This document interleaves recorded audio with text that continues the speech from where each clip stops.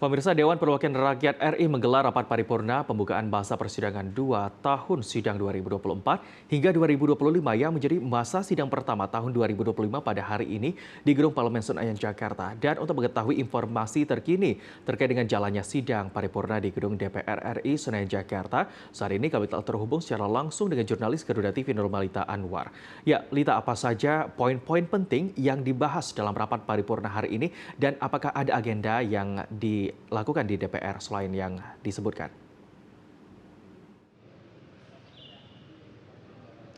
Ya, selamat siang Habib dan juga pemirsa terkait rapat kerja hari ini Komisi 4 DPR RI dengan Menteri Kelautan dan juga Perikanan. Ini memang sudah berlangsung sejak pukul 11.25 waktu Indonesia Barat dan memang saat ini juga masih berlangsung begitu ya Habib dan juga pemirsa, di mana memang tadi rapat Komisi 4 DPR RI dipimpin langsung oleh Ketua DPR RI yakni Titik Soeharto dan juga dihadiri langsung oleh Menteri Kelautan dan juga Perikanan yakni Sakti Wahyu Trenggono, di mana memang tadi dalam pembukaan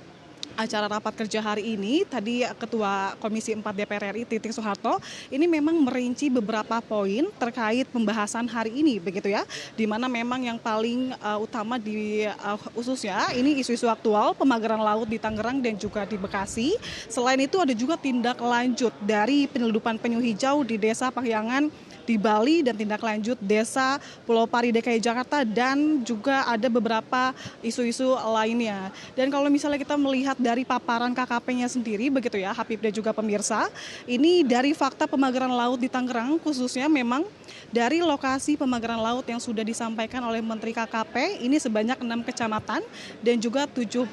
desa, di mana memang ada beberapa dampak termasuk dampak ekologi dan juga dampak sosial ekonomi. Di antaranya untuk dampak ekologi sendiri ini memang mempersempit daerah penangkapan ikan atau finishing ground bagi nelayan dan juga kegiatan pembudidayaan. Dan poin yang kedua ini berpotensi memang merusak ekosistem pesisir dan juga laut. Sedangkan dari dampak sosial dan juga ekonominya ini ada pemanfaatan ruang laut yang tidak sesuai peraturan dan juga merugikan sebanyak 3.888 nelayan dan 502 penangkaran kerang hijau. Selain itu juga ada beberapa lokasi yang emang terganggu begitu ya, memang terganggu di PLTU Banten 3,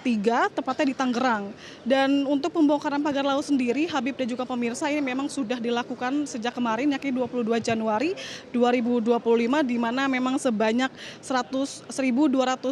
nelayan terlibat dalam pembongkaran pagar laut di Tangerang khususnya dan juga dibantu oleh KKP, DPR, TNI AL dan juga Polri, di mana memang untuk hasilnya ini ada 5 km perpanjangan pagar yang telah dibongkar.